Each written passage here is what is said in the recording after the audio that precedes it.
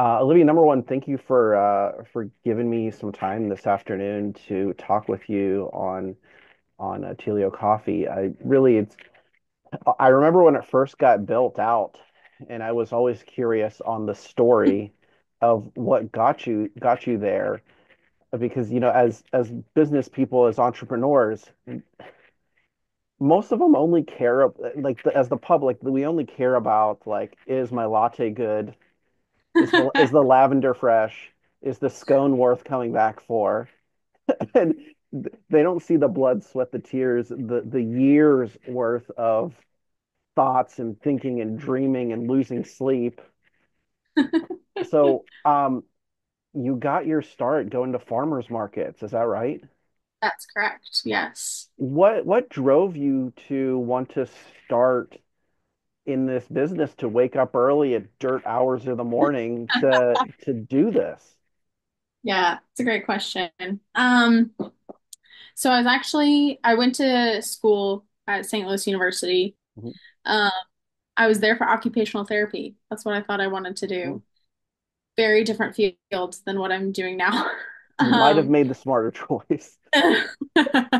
maybe.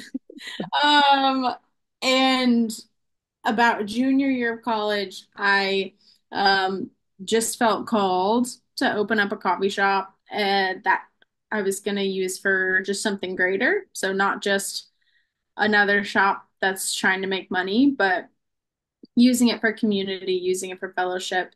Um, Part of the foundation of why I started was because of my faith, and so it is kind of a faith-based shop for me. And I just felt like it was supposed to be a place to show people love and care, and that's kind of why our slogan is "Love your neighbor," because Yeah. I think a lot of people don't do that very well, especially from the Christian world. There's a lot of Christians that don't love people well. And that's what I was wanting to kind of help mend that gap of no, actually, we're just supposed to love people well. And let's do that with coffee. And I think it's great to like just say, you know what, forget it. I'm just going to lead by example versus, having your own pulpit and say, you should do this and you should do this and you should do this. You say like, you know what, whatever. I'm just going to do the best love that I can from the resources that I have and just let it roll from there. Yeah, yeah, absolutely. Um, so it was a battle for sure. And the farmers market, I worked at a coffee shop in college Mhm. and I mean it was fun, but I never was like, this is what I want to do for the rest of my life. Yeah. And then yeah, just kind of felt this call in my heart. And so um the farmers market specifically, what let me tell you, those people that you see at the farmers market, they may charge a lot, but it's because the work is enormous. Like I have never been so tired than after a farmer's market day because you have to you have to wake up like 4 hours before anyone gets there, Yeah. make all the stuff, put it in your car, get it there, unload it all, and it's on and on and on and on. And having And it in you're, in perfect conditions too. It right in right. yeah. And people imagine it to be the level of like being at a shop and you're like, I'm just Yeah. one person back Be like, here in the my booth. Michelin star is over there Yeah, on the edge of the tent. Don't worry, we're good. don't you worry. Yeah, my little Honda CRV really just coming in clutch with being my U-Haul for the Darn day. Like straight. Darn it's straight. it's it was a lot. But I mean, honestly, the farmers market was some of the best things I could have done though, because it also helped me kind of work out some of the kinks in a non-committal way and um kind of start to get a foundation of people following and being excited and being like, oh, when are you going to open your shop? And they get excited because they got to follow along with the Yeah. story too. I see Yeah. you coming That in, they're like, I was there when you were at the farmers market, and be like, how's the CRV still doing? Oh, it's running, how is it still good? right, You're like, yeah. yeah. And I've been through a lot of big life stages too. Like when I started this, I was single, and then started dating, and then married my husband, Mhm. and then I just had a baby a few months ago, and Mhm. so it's like all these people too have now personally seen. these big milestones of my life, which is also really cool Yeah. to be able to have an extended family of sort. But they're my customers, my guests. Yeah. I want to ask about some of those kinks that you just had ironed out because again, from the public, we only get to see just the coffee's in the cup, right? We don't see like, oh, did the roast go well? That's we don't work with those roasters anymore. We work with these people. So from a business owner's perspective, and this is more for like entrepreneurship mental purposes, what were some of those kinks and how did you figure it out? Um, well, how we figured it out is just always been trial and error. Mm, It's, and and I think always having the mentality that, and I tell all of my employees this, that I never believe that the way I have it is the best way. Like if that's your mindset, like you're never going to grow because there is always something you can tweak. You can always communicate better. You can always clearly define expectations better. Like there's always something better that we can do as leaders. And so I think always having humility to be like, all right, yeah, I thought that was going to work and it didn't. And that's okay. And we're going to figure out a better way to do it. yeah, And as a lot of your employees, I mean, they all think differently than you.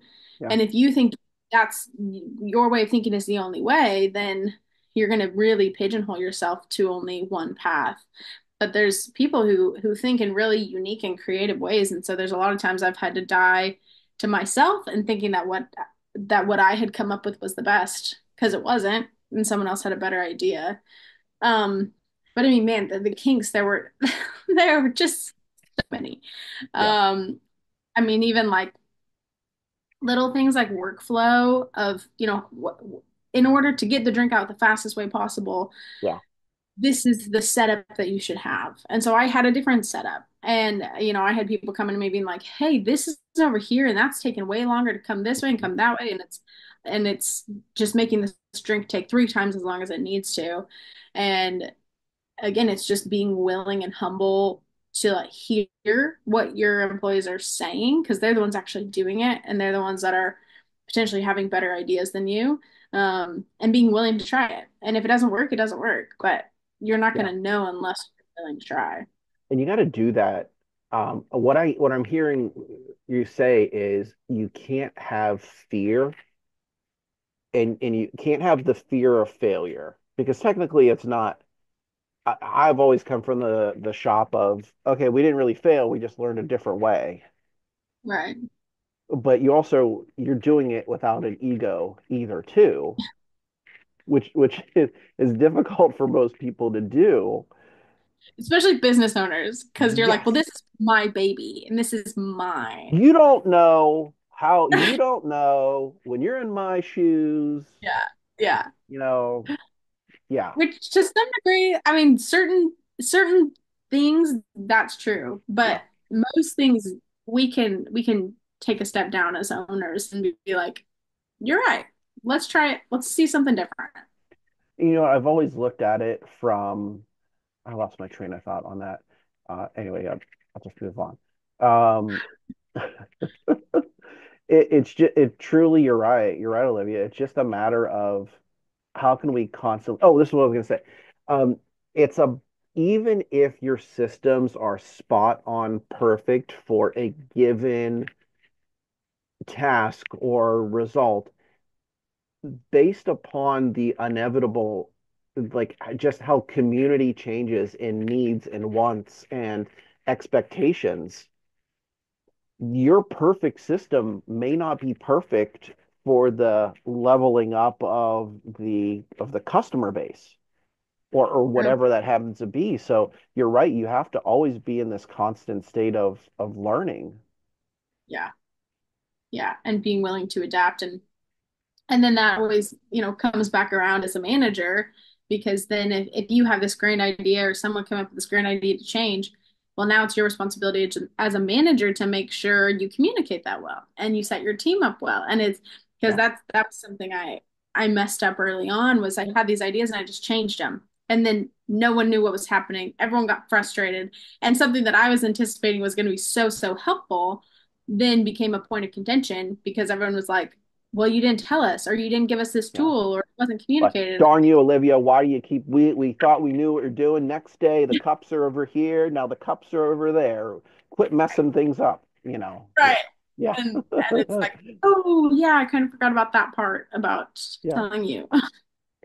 Do you ever, I watched that movie, The Founder with Michael Keaton. Did you ever Hmm. watch that movie? Was that the one about The McDonald's? one about McDonald's. Yeah. Um, and it got me thinking when you were saying that systems and setup and like shaving time, did you ever role play your drink making process to increase efficiency for yourselves? Kind of like how they turn the French fries all at once. I'm not saying you gotta do twirls in the coffee shop, but We definitely we haven't like done it, outside of hours or anything sure. like No, that. no, no. Yeah, yeah, We'll sit there while our employees are cranking drinks, and there have been times where we just sit and we just stare and we just watch, and we're like, yeah. okay, what is taking so long? Like we moved the ice machine, even though someone was like, we can't move the ice machine. One of the contractor guys was like, we can't move it. And we're like, let's figure out a way It's got to because it's move. So taking yeah, way too time. Like, let's figure it out. And they did, and they moved it, and I mean, that part alone probably shaves off a good 30 seconds, which adds up real quick when you have some impatient guests or the drinks have been taking too long or something else is taking longer. no, Olivia, Adds you're up. so right. I was talking with a client of mine. He was like, "Well, at the end of the day, I take like 15 minutes to enter in all my charges and bill all the insurance companies." I'm like, "Can't you, can't we software this like that you could just do this on the fly and it automates?" Or no, it's credit card charges. Like at the end of the night, I'll just go through. I said, "No, you need those people on auto debits. Yeah, They're going to be there twice a month. This is the charge per visit times this. You have them sign a, I'm going to pay you X per month. Auto right. debit, auto, like everybody else in the world." I'm like, okay, 15 minutes a day, four days a week. That's an hour. That's 4 hours a month. That adds I said, up. that's a hot date night. Like you can take your Right. wife or your husband out. Like that's a date Yeah, night. You just cost yourself. Like, oh crap, I never thought about that. And you're right, Olivia. Like, imagine 30 seconds per drink saved across the top. I mean, let's not even talk about payroll. I mean, right. but let's talk about just wasted energy. Yeah, absolutely. What was some of the biggest hurdles in going into a brick and mortar for yourself? Oh yeah, that was interesting. So we actually started I started at the building next door to us. So it's the Okay. one that's on the corner. Mhm. I went through everything with the city, did all the things, felt like that's where I was supposed to be, that building. Um, it ended up falling through uh, for the best because it needed too much work. And long story short, basically this building that we're in now, they didn't like us next door. They came to one of the city council meetings and they were like, "Hey, we don't want this coffee shop here. We want nothing to do with the coffee shop." Um, and we were like, "Hey, like we don't even know you. Why are you against Yeah, what's us?" all the static for? Like, And we hi, I'm came, Olivia. It's nice to meet yeah, you. like the Like, first time I saw him was him standing up at this council meeting. Yeah. meeting. And I'm like, "What?" And it was the last one. I'd gone through like six, and it was the last one that he showed up for. And anyway, we ended up a few weeks later coming over, and literally our mission, love your neighbor. So our neighbor hates us. And so we come over and we're like, hey, like, this is what we're trying to do. Like, we're just a coffee shop. We're trying to, use it to love people, be good people and love people well. And at the end of the conversation, they were like, oh, well, we can sell you this building if you want this building instead. And we're like, what? You just hated us. And now you're like, here, take our building. Um, What do you and think? What do you think the switch was? I think it really was just like the missional story because it, Oh, okay. it was, the faith-based part. And then also Yeah. um, I partnered with a church, and they're the ones who kind of helped start Taleo, Mhm. and they were their heart was to start a job program for people with disabilities.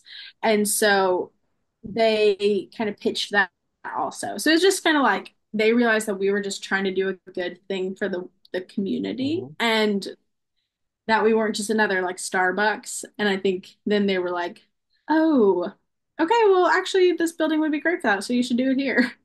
Um, Yeah. and they ended up being so nice and they sold us their building. And they just didn't even put it on the market. They sold it directly to us. And it's the perfect spot for it because the other building we would have had to only be on the first floor, but Mhm. this one, we can use the whole house. We have this is an office in the shop. We had the kids' room. We were able to add on the patio in the front. It had Mhm. a ramp in the back, which was going to be a really big issue next door because there's no ramp, but we have to be ADA accessible. Yeah. Um, it just is kind of everything was not working for that building, and kind of everything worked for this building. Beautiful. Of course, we had issues, with the city and getting permits, and I had already scheduled like my soft and grand opening, and like people had bought like flights to come and be here for it, like my family. And the a few days before, the final inspector came and he was like, you can't do it. And because of like one little thing with like a wooden beam somewhere. And I remember I broke down because this has been like months and months and months. Of People are course. coming, everyone.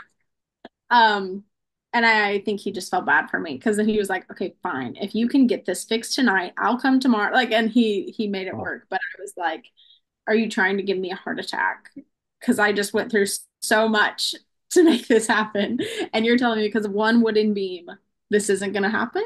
No, no, no, no. I think it's always, I'm going to use the word funny, but it's not funny. A funny blessing when the big guy upstairs has better timing than we do. Yeah, And it all just works as it needs to. yeah. Yeah, Yeah. I've seen that a lot with Taleo and Yeah. the whole process of how it's open, when it's open. Because I wanted to open it back in 2019. Like February of 2019 was when I was, or no, no, no. February of 2020 was when I was approved. So, no one knew COVID was even going to happen yet. Yeah.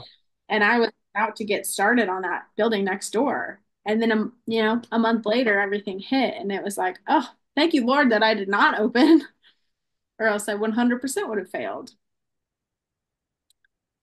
So it I don't definitely think all that's a fair statement. to Knowing you, 100%. no, no, I don't think you would have failed. Knowing you over the last 18 minutes, I'm a good reader on people. I'm going to call BS on that statement right now because you would not have failed. Yeah. You would have It found would a have way. been difficult. Say that again. That it would have been significantly more difficult. There you go. But I don't think you would have failed. I don't think you would have. I appreciate the belief in me. Yeah, you would have done it. You would have done it. I'm a big bagel fan. Yeah. What got you into authentic New York style bagels? Yeah.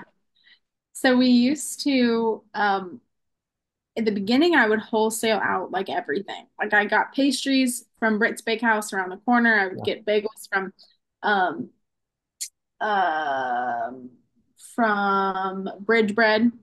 yeah, I And know Bridge. yeah, I was trying to use it to further the mission of like using local products that go back into the community. So Of like course. being really conscious, and Bridge Bread's great because they employ homeless men and women and they have a great mission. Um, but when you don't do it yourself, there's just inconsistencies that happen, and it's just so expensive. Like the reality is it was so expensive both for pastries and bagels and anything that like we weren't making ourselves. So um decided, let's just get a commissary kitchen and let's try to do as many things as we can by ourselves because the shop's too small. Yeah, let me help me understand. So a commissary kitchen, is that like a ghost kitchen? Yeah, yeah. So you're Okay. renting basically just like a big kitchen and a bunch of different people rent it. And so it's an Okay. offsite about a mile from here. Nice. Uh, and because the shop here is too small, we don't have a full Yeah. kitchen. Yeah. Sure. So once we did that and we were paying for it, I was like, let's give bagels a try. Why not? Why not? Why not? If it doesn't work, it doesn't work. Um, because I grew up going to a bagel shop every Sunday after church. We would go, and it's just one of the best memories to me. So I always knew I wanted bagel breakfast sandwiches because that's what I always had at this shop. And not a lot of people do bagels. More have done them now. I feel like in the past 5 years, more bagel shops have opened. But early on, I don't feel like we really had that many bagel places. And so I wanted to do some kind of bagel. At least a lot of coffee shops didn't sell bagels. And so we started giving them a try. And they weren't too bad. And they weren't, I mean, they're work for sure, but it's worth it. And so we got in a rhythm, and now we have people who make fresh bagels every morning and starting to get a little fancy. We've always just done plain and everything. And now we have sun-dried tomato. That's our newest one. And then we're trying to like rotate out that third one to have different seasonal Nice. bagels. Nice. So, Can I throw my hat in for a salt bagel? oh, salt bagel. Okay. That's Yeah. my go-to is a I'll salt bagel. I'll add it to the list. They're thinking of different bagel options right now. So So just throw my hat in the ring. salt bagel. I'll add it. We were about to actually have a poll on our Instagram and have people vote for the next one. So we'll Awesome. see. What's next?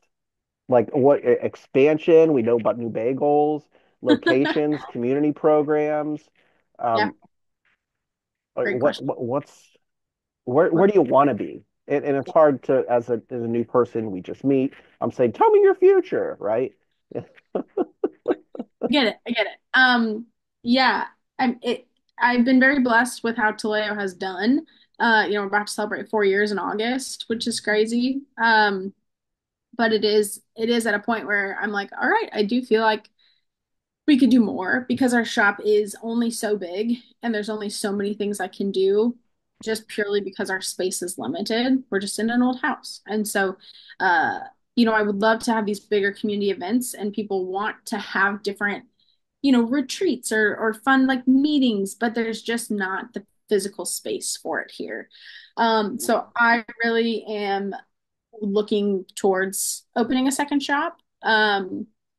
It's still very much in the beginning stages, very much so in the works, but I want it to be much bigger. I want it to um, have a different avenue as well. So we're kind of trying to think maybe going and having a garden. So there's more of a farm to table, growing the cafe side, growing the food side a little bit more. We would bring our roastery there because we have a roastery, but it's off site. So then people could come to the shop and actually see the coffee being roasted, talk to the roaster, increase our coffee education, increase just the awareness of people thinking more about the coffee bean and where the coffee comes from because Yeah, there are so many hands that touch coffee that no one thinks about. no, The you're farmers, right. all the work, the importers, just everyone. There's so much and such a cool story to it that if if people knew, they would be really interested in. But um, kind of trying to highlight that a little more and just having that space. So that's kind of what we're working towards, looking at. But it's very, very early stages right now. Ooh, Because having a 5-month-old makes things a little difficult trying to multitask.